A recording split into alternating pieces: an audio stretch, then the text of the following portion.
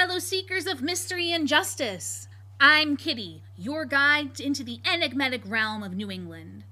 Welcome to Mine, Missing, Murdered, Unidentified in New England, where we delve into the chilling tales that have haunted the corners of Connecticut, Maine, Massachusetts, New Hampshire, Rhode Island, and Vermont.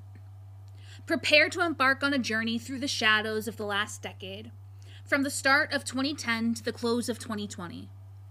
Our stories, sourced from the depths of history, are as diverse as the New England landscapes they unfold in.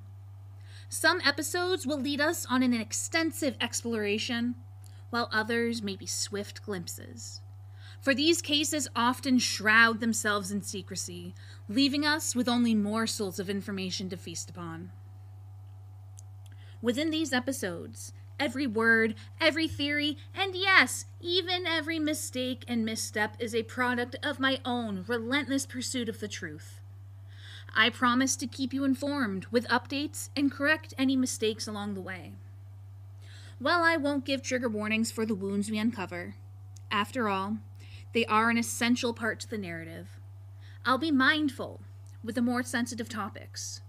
We'll issue trigger warnings when discussing subjects of suicide, animal loss, domestic violence, and others, to ensure a respectful and considerate journey through the mysteries that await. So, dear listener, fasten your seatbelt and let's explore the shadows of New England together. March 2nd, 2012. Jamie Lee, aka Roc Ducati, was a popular up-and-coming hip-hop artist. He performed with his brother Alan Keon Lee, aka Smoke Bulja, and other artists. Alan inspired Jamie to rap at the age of 11. And Jamie had recently completed a video with Grammy Award winner Cameron called How You Livin'. It aired on MTV Jams. And for you youngins out there, MTV used to be music television. Jamie's first album, Endangered Species, was set to debut on record label Life for Life. Jamie had a 7, now 19-year-old son. He was proud of his child and said, "Ma, that kid is gonna be something one day."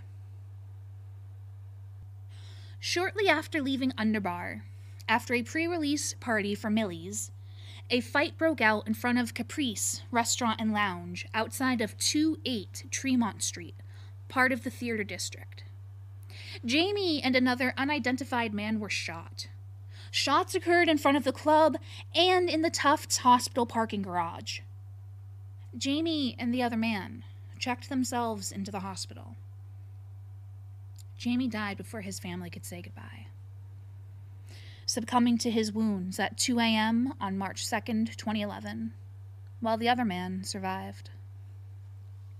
According to a 2017 interview with Jamie's son, surveillance cameras showed dozens to hundreds of people at the after party on Tremont St.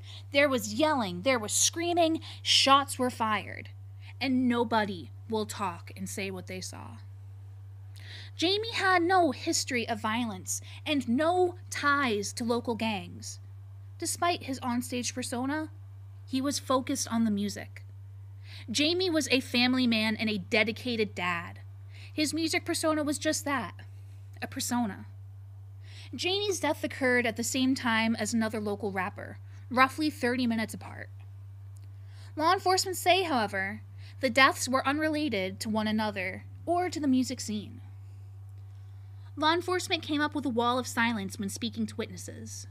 Hundreds saw what happened. Nearly zero talked. If I was the one that did this to someone or someone else's family, I wouldn't be able to sleep at night, especially if they had a son, said Jamie's son.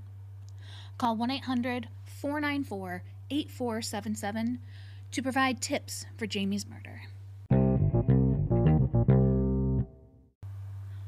March 4th, 2011. Trigger warning, suicide. The 988 Suicide and Crisis Lifeline is a United States-based suicide prevention network of over 160 crisis centers that provides 24/7 service via a toll-free hotline with the number 988. It is available to anyone in suicidal crisis or emotional distress. I miss my brother every single day. I reread these comments and remember how special he was to so many people. I loved that most about my big brother. I wish everyone love and peace. Please don't ever forget my Charlie. He loves you all. This I know. Margaret Alper, sister to Charlie Alper. Born December 6, 1982, and lost at sea on March 4, 2011. Charlie had blue eyes, brown hair, a beard, and a mustache. And according to the United States Coast Guard reporting source, Charlie allegedly grabbed an undisclosed amount of on-board equipment with negative buoyancy and went overboard wearing a gray sweatshirt and jeans between 8 and 9 a.m. on March 4, 2011. Charlie's clothing, combined with air temperature around freezing and a sea temperature of 34 degrees, factored into a maximum survival time of about 5 hours, according to officials. The United States Coast Guard searched the waters surrounding the Karen Elizabeth, but to no avail. The Karen Elizabeth was out at sea at roughly 1 mile northeast of Galilee off Narragansett, Rhode Island, about half-mile off of Point Judith. According to an online record search, the Karen Elizabeth is a 78.5-foot diesel-powered commercial fishing vessel. In honor of Charlie, his dad had a bench erected in his memory where you can sit, visit, and reflect. The memorial bench is now installed at Green Hill Beach. Go to the parking lot at the end of Carpenter Drive, and it is on a dune to the left of the path leading to the beach. People still talk about Charlie and his memory on his online memorial to this day. That's the wonderful influence this young man had on people.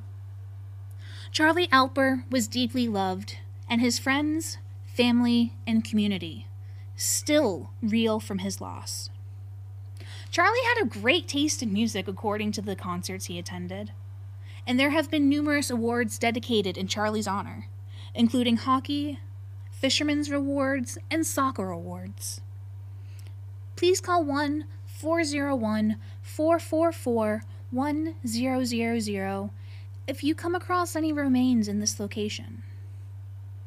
Charlie was excluded as the unidentified male found in Bland, Virginia, on August 14th, 2015.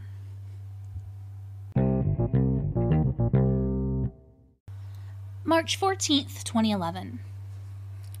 Luis Jorge Tavares was an 18-year-old homebody originally from Cape Verde, living with his mom and 4 sisters on Groom Street in Dorchester, Mass., while his dad remained in Cape Verde. Luis was assigned to the Jeremiah Burke High School, and though he had friends there, he rarely attended class there. He mainly left school to help his family make ends meet by holding a part-time job at McDonald's, and spoke little English. Luis was shot several times from behind as he entered the porch of his home at 10:45 p.m. on March 14, 2011. Witnesses said a van sped away. 1 week prior to Luis's murder, his older brother, Paulo Jorge Tavares, was killed in a car accident. Songs of mourning were heard coming from the Groom Street home, being sung in Cape Verdean. There is no known motive for Luis's slaying. Please call 1-617-343-4470, 1-800-494-8477, or text TIP to 27463. March 24th, 2011. born May 29th, 1993, 17-year-old Chris McKinney was murdered at 3 p.m. on March 24th, 2011, in a shooting at the corners of Whitman and Norfolk Ave in Boston, Massachusetts, while standing in a group of youths, including his older brother, who survived to call their mom, Taisha, to tell her, "Ma, they shot Chris." The shooting originated from a dispute that broke out. Chris defended his brother, and the coward of an assailant hid in the bushes and shot him in the back. There were witnesses and people who saw Chris murdered in cold blood. Yet the street code of silence, that is an old way of thinking and an old way of keeping yourself safe, kept them from telling police who killed Chris. Chris was a shirt off his back for you kind of guy and was loyal to his loved ones. Chris's mom, Taisha, first gave birth at 14 and attended charter school to gain her education, and is now an anti-violence advocate. Taisha went through the stages of grief as she identified Chris's body and felt anger, guilt. I'm gonna go crazy. I'm ready to be a better person. Anything she could to have this nightmare of losing her son stop. Chris was described as a mama's boy, as outgoing and bubbly, and not a quitter. Chris helped his younger sister with her homework and shoveled driveways for people. Chris was helpful, and he lived with ADHD and struggled with behavioral issues. Chris lived with the Department of Youth Services for a little bit at one point in life, and police called Taisha a bad mother for the death of her son. For the record, those police suck, and their opinion of Taisha isn't an accurate depiction of the then 31-year-old mother.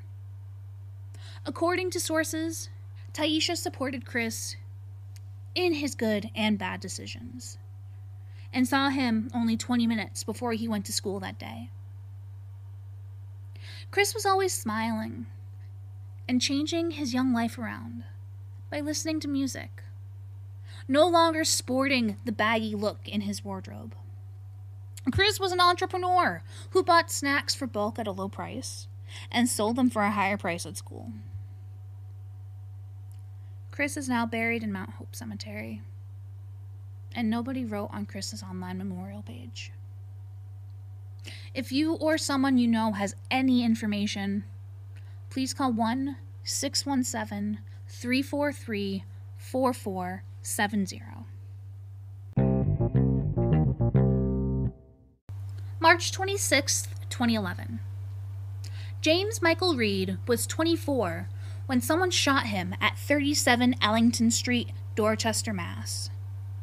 James is memorialized in the Garden of Peace, a memorial to victims of homicide, a place where families, friends, and the larger community may remember and honor the lives of those taken by violence and serve as a visual testament of the need to eliminate it.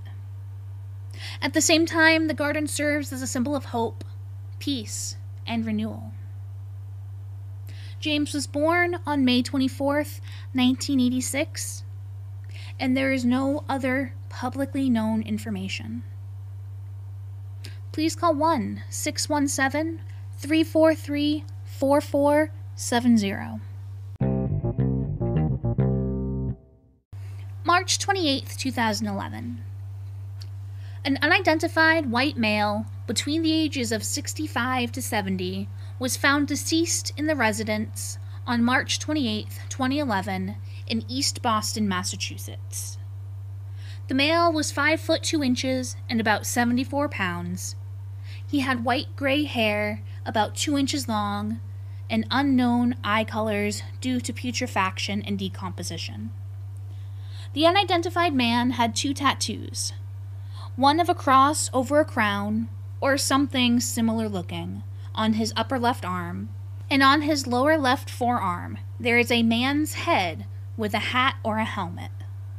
No other information is available. Please call 1-617-343-4470 4470 with any information. March 31st, 2011.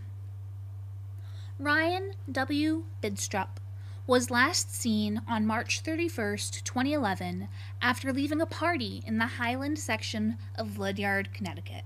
Prior to his disappearance, Ryan was a normal 21-year-old guy living at 5 Greenpoint Street. Ryan measures between 5'11" and 6 feet and weighed between 140 and 150 pounds when he was last seen. Ryan has unknown homemade tattoos, hazel eyes, and keeps his brown hair short. Ryan was last seen walking away from a party at 40 Blacksmith Drive, headed up Pumpkin Hill, which was less than a 10-minute walk to be picked up around midnight. Ryan has a history of substance abuse issues and has not been on Facebook since the last night he was seen, which is incredibly out of character since he was an avid Facebook user prior to vanishing. Ryan was supposed to go to Florida, but there is no indication that he made it safely. Ryan has not contacted anyone, including his close sister Courtney. Ryan was last seen wearing blue jeans and a hoodie, glasses, and sneakers. No foul play is suspected, however, it has not been ruled out. No exclusions have been made. Please call 1-860-464-6400 or 1-860-848-6548.